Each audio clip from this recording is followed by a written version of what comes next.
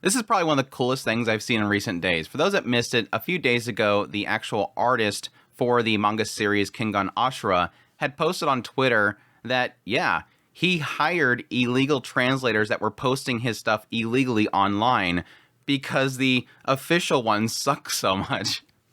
Like, he actually went over and looked at it and said, yeah, this is stiff. For those who don't know, he actually is pretty good with English, so he knows what's being translated, and he's like, yeah, that one's kind of bad. And he ended up going out and hiring the illegal ones because he's like, this actually looks a lot better, which is a really cool thing.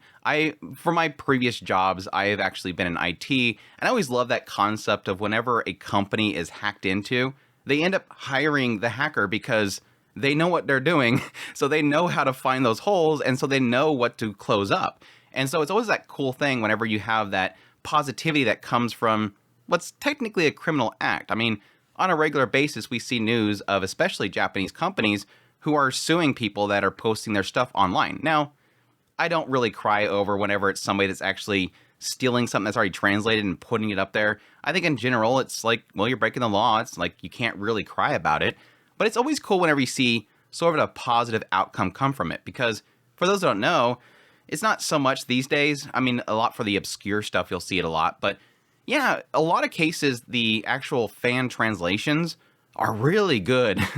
I mean, a recent example that I have is Mysterious Disappearances. I've been checking out the manga on the side for that one, and I checked out a fan translation, and the person that's working on it for that particular one that I seen, this dude's going above and beyond to actually look at all the references and put a lot of notes in it that helps you understand a lot of Japanese references that normally you completely miss. And probably stuff that's, I would assume, not in the official one. I haven't really gotten a chance to check out the official one yet, but anyways, let's look at the post itself. Daro Mayon said, the English translation of Kengan Ashura is rather peculiar, and I ended up entrusting it to an amateur group that was illegally translating it without permission. Their translation was overwhelmingly superior to the official one. If it had remained as it was officially presented, it would have been quite devastating, or disastrous, sorry. No one would have read it. I believe there have been numerous works whose overseas reception was hampered by translation issues. I wonder how AI would handle such situations. Now, the sad thing that comes from this, because like I said, this initial post is so cool because it's literally him saying, hey, they presented me the official ones. I looked it over. It was garbo. It just was stiff. It didn't make sense for overseas. And again, he knows English, so he knows that it's kind of off. But then when he looks over here, he goes, these guys are illegally distributing it. Hey, should we get them? No, that's actually really good. Let's hire them. Let's make them do it because they're doing a good job. Why not? This seems like a success. And again, I like that idea. I think it's thinking outside the usual corporate box of let's use this to our advantage rather than slapping it down and remaining this stale garbage right here. Now, unfortunately, even though this is something that a lot of people should be cheering about, the conversation around this post ends up turning into what you would expect. That's the localizers, they're breaking everything, or, hey, why don't you use AI because you're asking about AI? Well, yes, they technically did go into conversing about that because somebody pointed out, yeah, you used AI before, so that's the key, which he admits, yes, back there. I don't know how it's actually evolved from that point, but yeah, technically they did use it, and it might be better now. It doesn't seem like he's confirming or denying that something new in translation AI would actually be better. But yes, the conversation obviously turns into, hey, yeah, you should not use those official translators. They're so horrible. You should use AI and whatnot. And I think a lot of people, it was like for a couple days there, all I was seeing was people saying, look, he used the actual, fan translators and didn't use the woke localizers, which, yes, it's a good argument to make. When we see it on a regular basis, I'm kind of in the middle there where I think there's good translators and there's people that like to shove things into the stuff while they're translating it. It's a mixed bag. But the point here is what I found interesting was shortly after this post was made, it looks like one of those fan translators actually posted a clarification and he retweeted it. So I'm going to assume that this is correct, what he's saying here. It was retweeted by him. This kind of clarifies exactly what he's saying here. This individual, Fogg, says there are a lot of discourse being had over this tweet. And of course, the localization's bad, AI good people have been completely missing the point.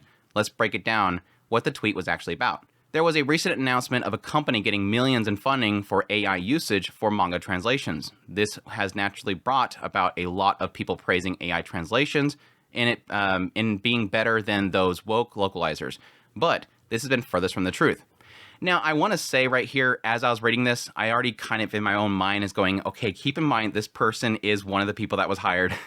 Let's keep it very perfectly clear and honest. This person has sort of a bias here that he would love to have this work continue and not be replaced by AI. So he's going to be probably a lot more negative against the AI. So I just want to get that out there. Not that I'm saying that they're lying for the sake of getting against AI. I'm just saying keep that in mind. They have a hat in the game, basically. The situation with Kingo Ashura Omega is unique, one where A, the artist is very proficient, fluent in English, B, he was aware the fan translations were being put out, and C, ended up hiring the fan translators to work for the official translations. Now, why did he end up hiring them? Through his own admission, the company which had licensed both titles had originally made use of AI translations. That's the important thing there. Again, he kind of noted that earlier. There was an interview, I guess, and they looked into it, and apparently they used AI. I'm not sure if his recent AI translation is constructed, but that one was before GPT-3. You can assume the same results AI models then that were years apart. So years. Anyways, he was dissatisfied with the quality of the AI translations, and with the above knowledge, he was able to directly compare between the two works. The fan translators in this case were very highly regarded for their quality. I'm sorry, again, this is really weird reading this when this is literally the guy that was hired. Were really highly regarded for their quality. Anyways, yeah, with many believing their work to be professional level. With all the above, it created a unique situation where the fan translators were eventually hired by the company to work on both titles. Now, it must be stated that working in a professional capacity is very different from working as simple fans. A lot of fan translators wouldn't be able to make the transition to official work. Things are much more rigid, and time management is an essential skill in the industry. This is an important thing because I think that's something that a lot of people kind of overlook, and it's something that you'll notice a lot if you keep your eye on at least a little bit into the fan translation world.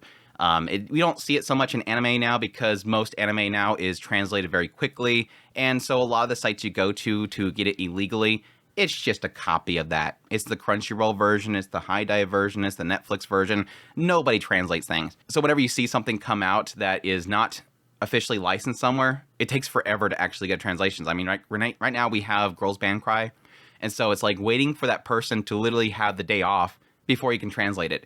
And so yes, even though if you say the Girls Band Cry translation is really good, but would they actually take the job if the company said, hey, translate Girl Band Cry for us? Probably not. He's got a full-time job, and yes, as this person will bring up in a minute, it's not like they're going to get paid enough that they're going to leave their current job to do that. A lot of these people are doing it out of passion. They like the project and they want to translate it, and yes, that goes hand in hand.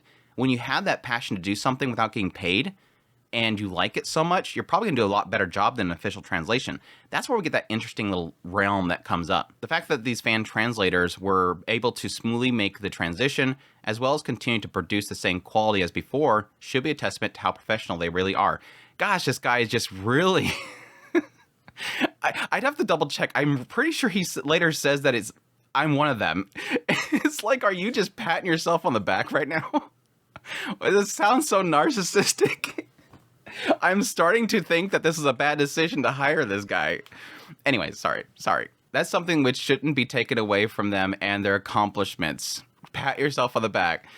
This was a unique situation, unlikely to happen in most situations. To sum it up, AI translations aren't remotely ready for high-quality official works. They aren't going to replace your woke translators or localizers, and don't address the real reason for poor quality translations: low pay. Yeah, this is where you really start to see kind of the bias here. He's obviously saying, hey, stop focusing on woke localizers. The real issue is that we don't get paid enough. That's why the translations are bad. No. I mean, yes, there is an attribute that the more you get paid, the better job you can do because you're more incentivized to do a good job. But let's be perfectly honest.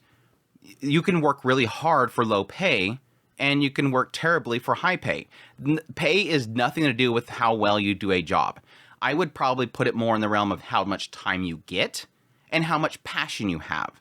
Because, yeah, it's like the whole argument that even though a studio gets paid very little for an animation and they do an incredible job, and you could probably have a lot of other projects where they get paid a whole bunch for the animation and they're not doing a good job. So it's all in the individual themselves. This has nothing to do with pay itself. And again, I do acknowledge that there is an incentive to do a better job if you actually get paid well. Also, full disclosure on this thread, I was a member of the fan translator group that got picked up for the official translations of Kenga. So yeah, all this stuff was me patting myself on the back. I left the group in order to work manga professionally and help the group out once they started working officially on it. So he's not technically currently with it, I guess, but he was originally picked up for it. So maybe he's more just patting the back of his friends that got picked up for it. So that makes sense. Again, this person points out the fact that since you're a part of the group, that there is a bias here to be had. But the truth is the technology and training data has improved vastly since the author addressed this here and says most human translators are bad too. So yeah, he's pointing towards that post that I meant earlier, which was the GPT thing. So it's really interesting. But well, I guess I can get into his reply. I can assure you that AI translations are still nowhere near acceptable quality of official works. They were producing the same quality before and after it was a part of it. So yeah, it's basically pointing out that, yeah, even when I left, they're still doing a good job. So, but again, going back to this, he's saying they did a good job. So there you go. It's got the seal of approval from literally the artist of the manga itself. But again, that goes back to my whole point that I was making earlier. I think this is some cool stuff. It kind of goes back to a lot of other cases, like originally Crunchyroll. Crunchyroll was a piracy site. I don't know if they did a lot of the translations themselves or just pick stuff up, but they were originally a pirate site, and then eventually they became an official site and started pulling in things. They were accepted by the industry and thus created a lot of the industry around localizing anime that we have. Love them or hate them, Crunchyroll was the first one to really kind of break into that market and prove to Japan, hey, we want your stuff. Give us your stuff. We want to post it over here. And it grew into the 50% market that the anime industry has now that's literally overseas, not in Japan. So it's cool whenever you have a company or an individual, an artist that says literally, don't slap their hands, bring it in here and use their hands to make the project better. And it's really, really cool stuff. But in the end of the day, yes, like I'm again mixed on this whole thing. Yes, I hate people that insert their own agendas into translations or change the translations to fit their agendas or destroy a project because they don't understand the source material itself. Yes, I think AI does a terrible job sometimes and it misses a lot of context, but I do agree that it's getting better. I mean, I translated his tweet using AI and it does a really damn good job. Now, it's always in that context and really digging into sort of verbiage and weird oddities that they might have in the language itself. I couldn't even imagine how it would translate something like the Monogatari series. I mean, the Monogatari series is so weird with its uses of words and wordplay that it'd probably confuse the hell out of an AI. Somebody should put like one of Nisioisen's books into AI chat box and see if it could actually crash the servers or something. But anyways, it's getting better. And I think it's eventually going to get to the point where it does a better job than a lot of things. It kind of comes down to the whole, do you throw the baby out with the bathwater situation? Just because there is these individuals that are, yes, putting their agenda into their translations or messing it up or not doing a proper job. Do you throw it out when there's all these other individuals that are doing a good, proper job? And AI is going to basically facilitate that. AI could possibly be the one that will throw the entire thing out, because not so much because the industry itself wants to get rid of those individuals that are ruining it. It's because they want to do something that's cheaper. That's the funny thing. As much as there's so much discourse and discussion in here where people are saying, yeah, get rid of those localizers and whatnot, they don't care. That's the problem. They don't care. They don't care that there's somebody ruining their project with their inserting agendas and stuff like that, because once it's licensed out, the company who is translating it do whatever they want. This is a rare situation where they're wanting to control the project and hire their own individuals, and it has turned out successful. And I commend them for that. The fan translators that manage this, good on you. It seems like they're doing a good job. And it's a really cool little kind of thing that popped up my feed that I thought was really cool. So anyways, that's all I want to talk about the situation. I hope you guys enjoyed this video. As always, if you did, make sure that like button down below, comment. Let me know what you think of the situation. If you're new to the channel, make sure that subscribe button to get my content. I do news, reviews, first impressions, top list. If it's anime, it's pretty much here. I just like this content and you want to support channel more, I have Patreon link, tips, links, so thanks, membership button below. Greatly appreciate what it does. Y'all take care.